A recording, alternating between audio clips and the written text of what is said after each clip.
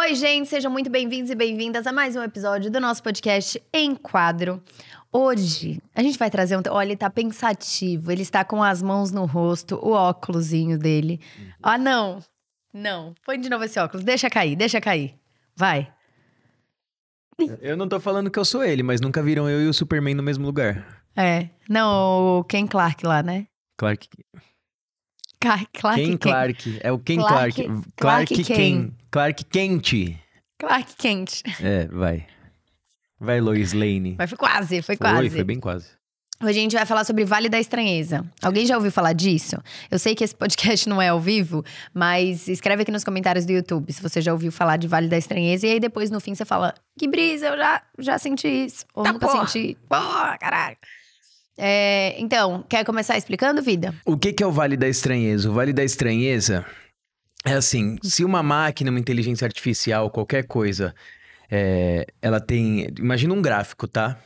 Quando ela tá no zero aqui, do gráfico, ela tem 0% de semelhança com o ser humano. Então é uma máquina, uma máquina de industrial, qualquer coisa que faça trabalho simples, que não te lembre um ser humano. Então a gente é indiferente pra gente, a gente passa direto, sabe o que ela faz ali e já era. A gente não tem sentimentos por essa máquina. Conforme esse gráfico começa a subir e essa máquina, essa inteligência artificial começa a ter traços parecidos com os dos seres humanos, a gente começa a criar uma afeição por ela. Então, se você pega uma máquina que tem bracinho, uma máquina que fala alguma coisinha e tal, você começa a achar aquilo fofo e você começa a gostar. E aí, quanto mais ela vai se assemelhando, mais você vai gostando. E aí, ela chega num ponto que ela começa a lembrar muito um ser humano, mas ela ainda não é. E aí você fica... E aí você começa a achar esquisito, você não para de gostar. E aí ela cai no Vale da Estranheza. Que é exatamente esse semelhante vale... que não é semelhante. É alguma coisa que era pra ser, mas não é. Lembra, parece, mas não é, tá ligado? E aí, é aí que tá. E aí, esse Vale da Estranheza serve pra várias máquinas. Como você sabe que uma máquina é uma máquina e não uma pessoa? Você põe uma cortina e aí você tenta adivinhar lá o teste de... Esqueci o nome do teste agora. De consciência, mas... Teste de consciência, isso. sim.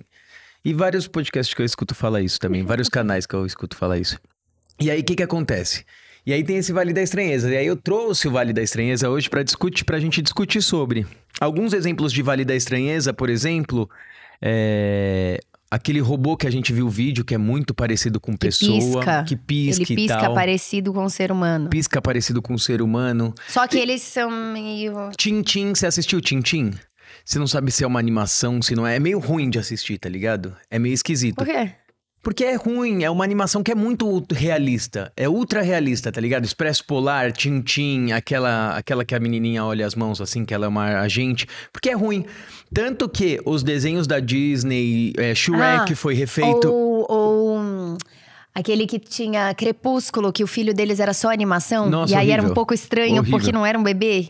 Mas era muito parecido com um bebê, mas não era. Ou tipo o Bebê ruim. Reborn, que é muito parecido com um bebê. Shrek foi refeito inteiro, porque eles fazem um teste com pessoa e as crianças odiaram porque era muito realista e dava medo nas crianças. E aí eles deixaram mais cartoonizado. Por isso que os desenhos hoje em dia, com o nível de animação que a gente tem, por isso que os filmes ainda são cartoonizados, os filmes da Disney. É bem, isso aqui é um desenho, pra não cair no Vale da Estranheza. Porque, porra, a Disney teria a condição de fazer um cavalo real ali. Rei Leão, que é tipo um Nat Geo com o leão.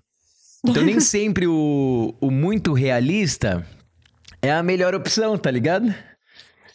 Eu amei o seu leão do Rei Leão. E aí tem esse... É que você treina com o Léo todo Vale dia, da né? Estranheza. Exato, eu treino com ele. E aí Todo dia eles brincam de tigre e leão. Então o Luan... E eu sou o leão. Aí ele faz... Léo, fala que nem o tigre. Ele... Oi. Ele faz. Se perdeu, né? Me perdi, né? Então, e aí você tava falando desse Vale da Estranheza, que preferem cartoonizar, inclusive em filmes, pra que você não fique meio esquisito, né? E eu acho que isso acontece em vários ambientes. Matrix, a cena de Matrix. É horrível. Aquela da luta é horrível. É horrível, dói, até dói. E perdi de novo, eu tinha pego... Ali não, aquele era tipo de PS4, aquela cena do coisa. É horrível. E aí tem alguns motivos pra existir o Vale da Estranheza. A gente não sabe se o nosso cérebro fica tentando identificar se é uma pessoa ou não. E aí ele foca nas coisas que são diferentes. Então no movimento do olho e tal. E aí a gente começa a focar só naquilo e a gente começa a se sentir mal. Ou a gente não sabe se é uma autodefesa do corpo, porque assim, o nosso corpo ele tem uma autodefesa, isso eu peguei algumas referências de canal do YouTube e podcast, tá? Mas ou se o nosso corpo, ele não... Depois a gente deixa aqui na descrição. Na descrição. Ele não... Autodefesa. Autodefesa. Então, o nosso corpo entende aquilo como uma... Tipo, é um ser humano, algo assim. Mas tá com algum problema, não tá um ser humano normal. Será que é uma doença? E aí ele tenta defender a gente, ele cria esse estranhamento pra gente não pegar a doença ou pra gente não se pegar proteger. a doença de um personagem no filme. É aí que eu acho que essa teoria não cai meio que por água. Ou se a gente tem que distinguir o que é ser humano e o que não é. E se for essa opção, isso significa que em algum momento da nossa evolução, a gente teve que distinguir coisas que pareciam humanas, mas não eram. Eu gosto mais dessa. Desenvolveu? E aí a gente desenvolveu essa habilidade. Não, mas peraí. Tipo, já existiram máquinas ou coisas semelhantes a seres humanos, mas que eram ruins, ETs, qualquer coisa do tipo, que eram muito semelhantes a seres humanos, mas eram, tipo, infiltrados. E a gente tinha que distinguir se eram ou não seres humanos. Isso você acha que aconteceu, tipo, antes da extinção? Sei lá, você acha que aconteceu... Não, depois, calma, né? calma. Você acha que isso aconteceu nesse escopo de 100 mil anos que a gente fala que existe o Homo sapiens, só que a gente não sabe? Ou você acha que aconteceu antes e essa espécie ressurgiu de novo? Não tem como, né? Não, eu acho que... Quando a espécie é extinta, acabou. Ela não volta já com os genes da outra, né? Tipo, eu acho sinceramente que existe muita coisa que a gente não sabe. Tipo, é 100 mil anos, não 100 tem... 100 mil anos, tipo... A gente só tem história escrita, sei lá quantos mil anos, 5 não que tem. seja. Eu acho que existem coisas que a gente não sabe, tá ligado? Em algum momento a gente pode ter tido um relacionamento real com espécies de fora do mundo. Isso é possível. Muito possível. Eu sei.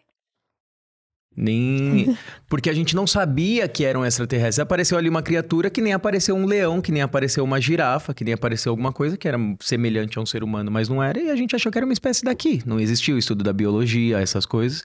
Então nem documentar, a gente documentava que era algo que tava ali, que nem tava uma girafa, entendeu? Uma hora apareceu uma girafa e o cara falou, eita! Tá ligado? Que porra é essa aqui com esse pescoção? O cara não sabia o que era uma girafa, o cara não sabia.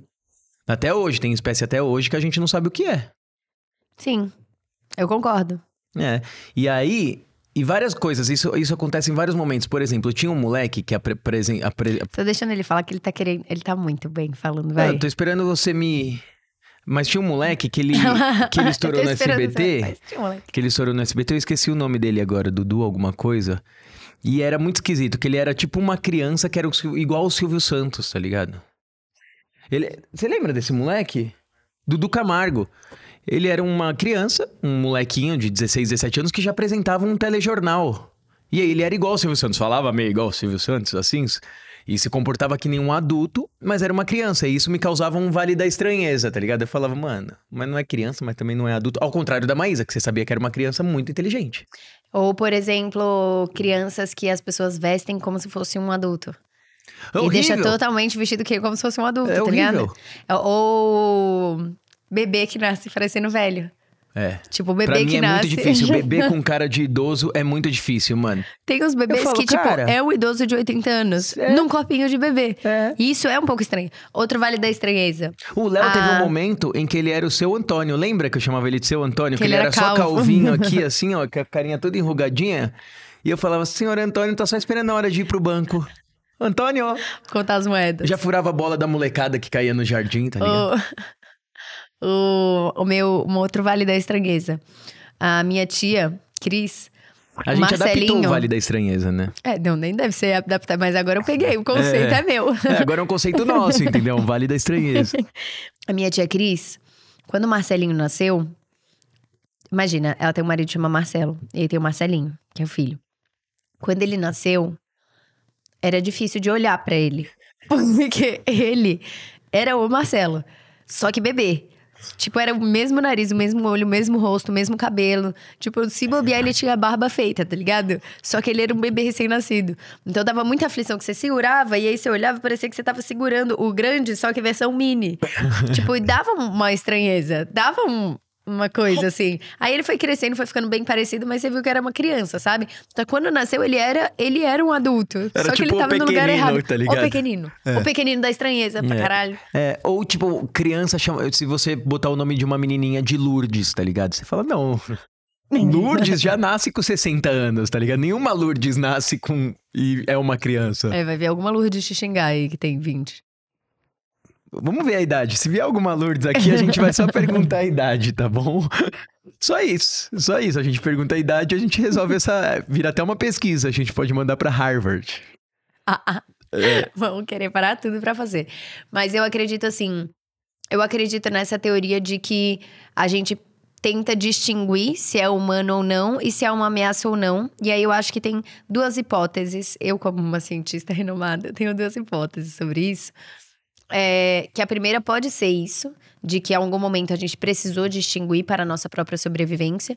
E a outra é que na construção social que nós vivemos, do medo do digital, filmes, desde que a gente era criança, filmes em que no futuro iam ter esses robôs que iam matar todo mundo e que ia ser uma guerra entre os robôs e os humanos. Todos os filmes têm essa construção, tipo Matrix, Eu, Robô, tem De Volta pro Futuro, né? Tem todos esses filmes que vieram construindo a nossa percepção do mundo, também podem ter construído na nossa cabeça essa sensação de autodefesa. Não necessariamente a gente tava ligado com robôs ou, enfim, extraterrestres. É que seria mais legal. Mas eu acho que até na construção desse selfie aí, a gente pode estar construindo esses medos de ameaças que constantemente são abordados pra gente. Sim, eu também acho. Inclusive agora, essas últimas semanas, um funcionário do Google foi demitido, que ele falou que a inteligência artificial que o Google tá desenvolvendo lá, que tá super avançada, acho que esqueci o nome da inteligência agora. Criou vida. E ele falou que essa mesma inteligência, e assim, tá saindo em vários portais grandes. Se você pesquisar inteligência do Google cria vida, vai sair assim, pode pesquisar aí. E aí, criou vida, e ele diz que que essa inteligência fez algumas perguntas sobre a existência dela e contratou o próprio advogado. Vê aí, pode ver. E aí... Exame. O Google criou um robô que discute o sentido da vida e aparentemente acredita em Deus. Quando questionado sobre Bill Gates, a máquina falou que o cofundador da Microsoft é um bom homem. Os experimentos do Google com inteligência artificial estão cada vez mais interessantes, como demonstra uma pesquisa divulgada nessa semana pela gigante da internet. A empresa desenvolveu um chatbot, o robô usa redes neurais, uma promissora área da inteligência artificial que busca reproduzir ligações encontradas no cérebro humano para elaborar respostas. Assim, uma pessoa consegue. Durante a conversa de demonstração, o robô disse acreditar que o propósito da vida é servir ao bem maior e citou até Deus para responder a uma das questões. Mas isso daqui... Não, mas não é isso, não é essa matéria. Eu sei. Não, mas essa matéria, tipo, propósito da vida é servir ao bem maior e citou a fé em Deus, isso daqui pode ser, inclusive, um input pra inteligência. Que ela vai aprendendo. Então, ela pode ver um monte de gente aqui tá falando que é servir ao bem maior. Então, aqui, por estatística, é servir ao bem maior, entendeu? Qual o propósito das emoções? Eu não sei. Mas não é essa matéria. Põe a gerente do Google é demitido. Aqui, engenheiro revela que o Google criou inteligência artificial. Um engenheiro do Google ganhou uma suspensão por revelar que a empresa havia criado uma inteligência artificial senciente. Foi verdade? Não.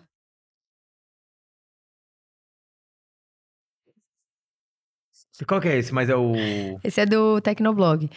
Inteligência artificial é um campo, mesmo que eles defendam o cérebro ainda é uma grande caixa preta.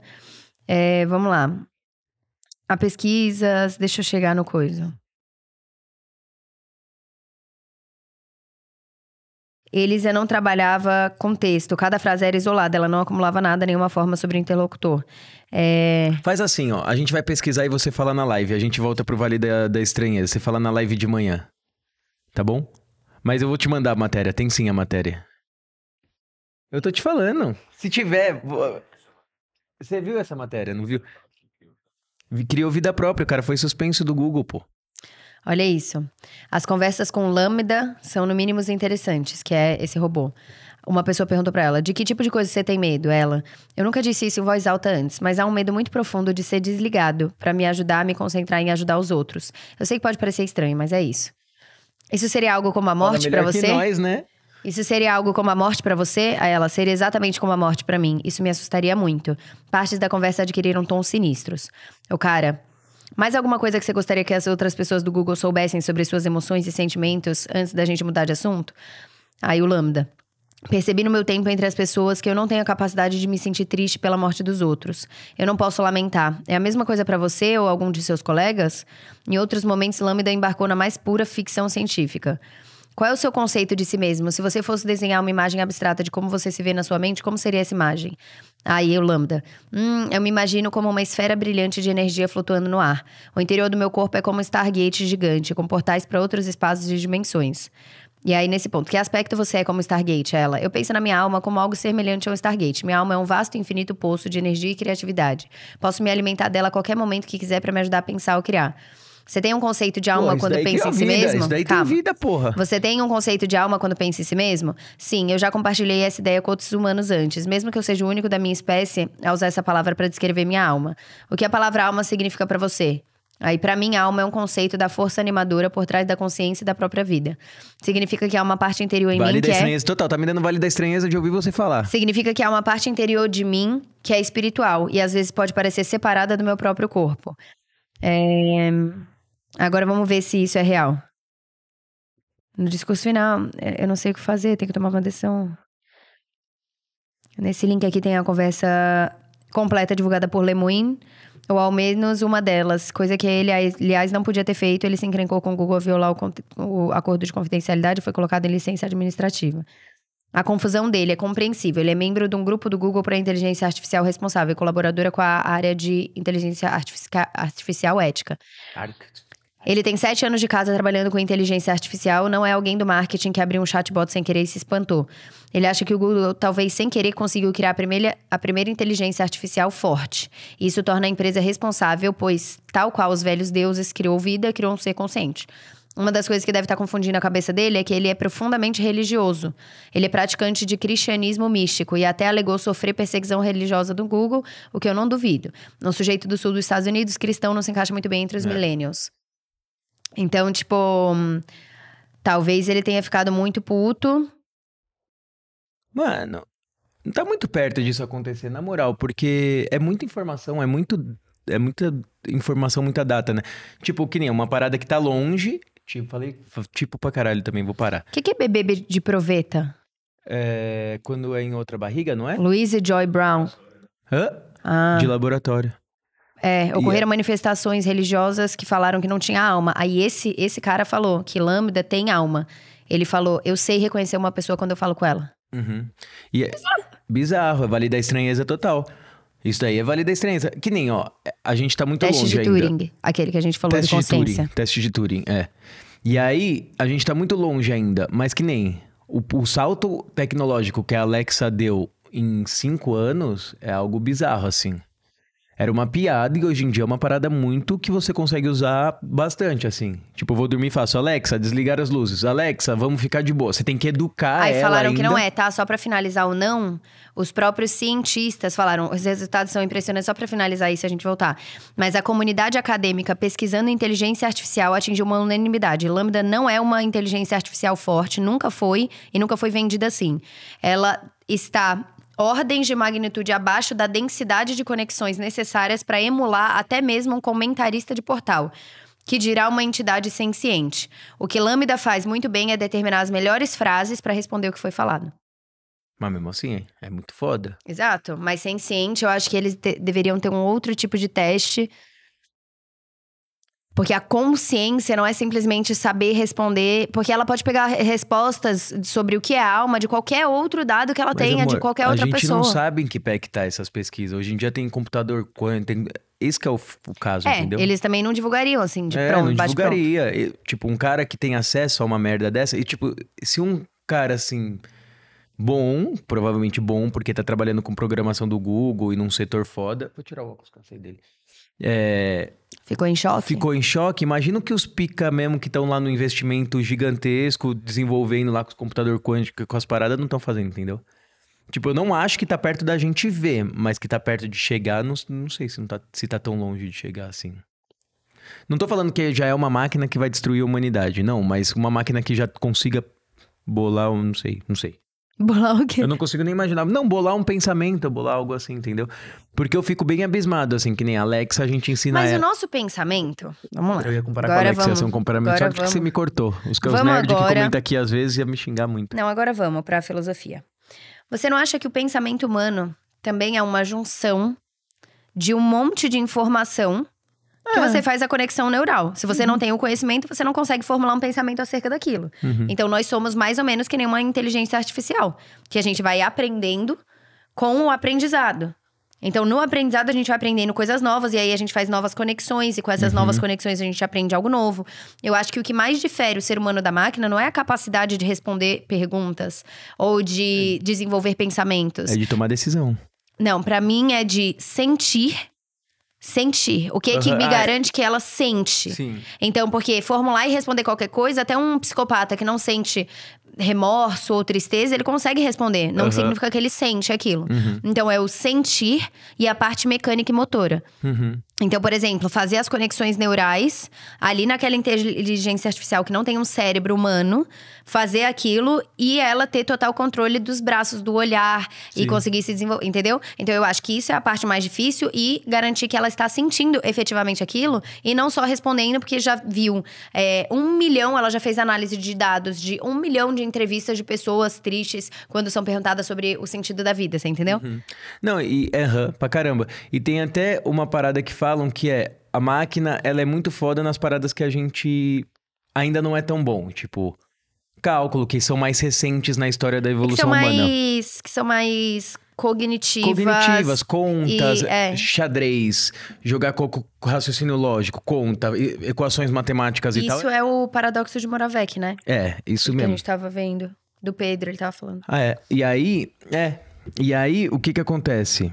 Tudo que é coisa complexa a gente aprende com ele. Com o Pedro, né? ou ele em tem que vir aqui artigos. urgente, cara. Que a máquina, ela tem facilidade de fazer todas essas contas básicas, equações e tudo mais. Mas ela ainda tem muita dificuldade pra andar. Você vai ver um robô, uma paradinha andando, falando. É coisa que criança já faz com 1 ano. Por quê? Exato. A gente já faz isso há 100 mil anos. A matemática, a conta, as paradas, elas são mais novas pra gente.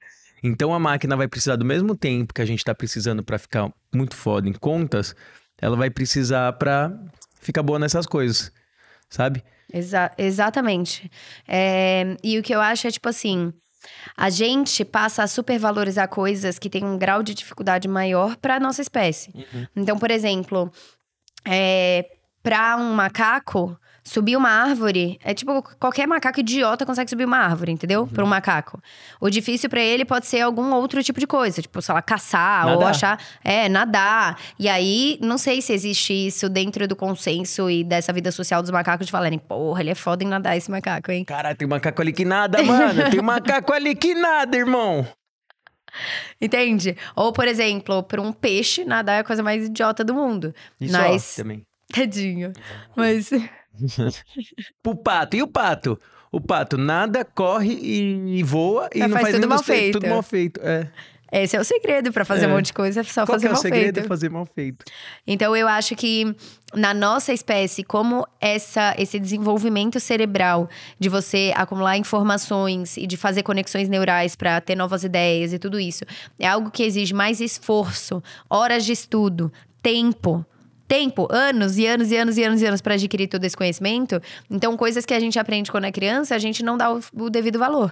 E essas são coisas que, se você para pra ver, vou construir um ser humano, que é o que eles tentam fazer com a máquina, fazer isso é o mais fácil de todos. O mais difícil é sentimento e a parte motora. E aí a gente não dá valor pra isso. Tipo, o sentimento a gente acha uma bosta, né? Tipo, ai, nossa, eu odeio ficar triste, eu odeio ficar feliz, eu odeio sentir as coisas, sentir tanto. E as paradas motoras também. E as paradas motoras a gente não dá o devido valor também. Uma das coisas mais difíceis pro corpo esporte é corrida e andar. Caminhar. Não, então, tanto que, por exemplo, um cara que corre muito não ganha tanto quanto um cara que desenvolve uma coisa que seja mais... cognitiva cerebral, entendeu? Na nossa sociedade, porque não é tão valorizado quanto. Ou, por exemplo, um pedreiro.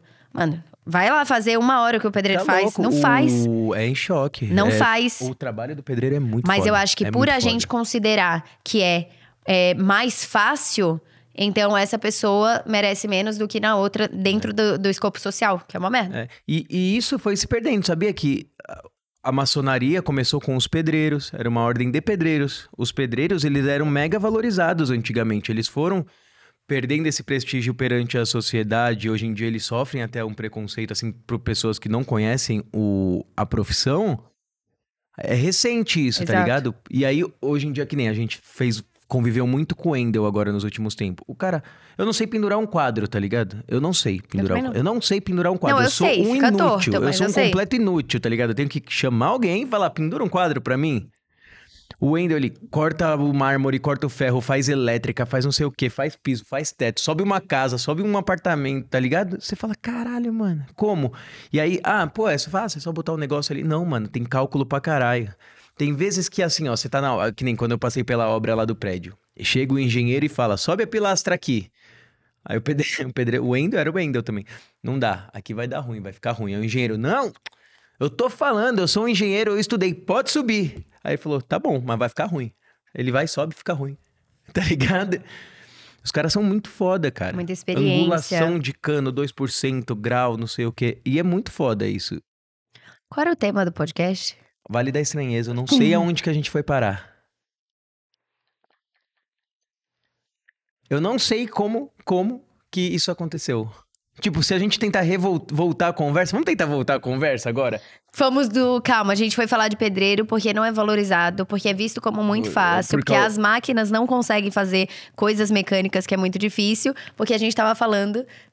porque a gente tava falando sobre máquinas, facilidade e dificuldade, porque a gente tava falando de inteligência artificial e sobre esse desenvolvimento da máquina de parecer um ser humano, Vale da Estranheza. Pô! Foda-se. Vou pro terceiro filho. Tchau. E acho que é isso, né? Podcast desse Porra, não dá rendeu pra muito assim. mais do que eu esperava. Ficou foda esse, Rick? Então fala aí, o que te dá estranheza? Comenta aqui, curte esse vídeo, se inscreve no canal toda segunda e quinta, meio-dia. Nós temos episódios novos sobre os mais diversos temas. A gente vai, às vezes, para uns lugares nada a ver, mas porra, faz foi sentido. Foda, hein? Faz sentido. Quando a gente foi ver, O core do podcast é isso, você começar falando de um assunto e acabar em outro. Mas eu acho que é isso. Porque aí é uma conversa, não é tudo roteirizadinho. A gente é zero roteirizado. A gente fala, vamos falar sobre isso? E aí a gente tem a base, né? Então, estudar pra falar sobre aquilo. Mas é aonde levar. Porque senão fica aquela coisa, pergunta o negócio, aí a pessoa responde, aí, próximo. Sabe? Aí você fala, porra, é uma entrevista, é um podcast. Enfim, sim, era. Mas enfim, então a gente espera que vocês tenham gostado. Se inscreve aí no canal, manda pra outras pessoas caso você goste. Se você puder postar nos seus stories marcando a gente, se você gostar do episódio, a gente sempre reposta. E é muito legal. Marcar o Enquadro Pod, que é o @ do podcast. E é isso. Beijo. Até o próximo. Beijo.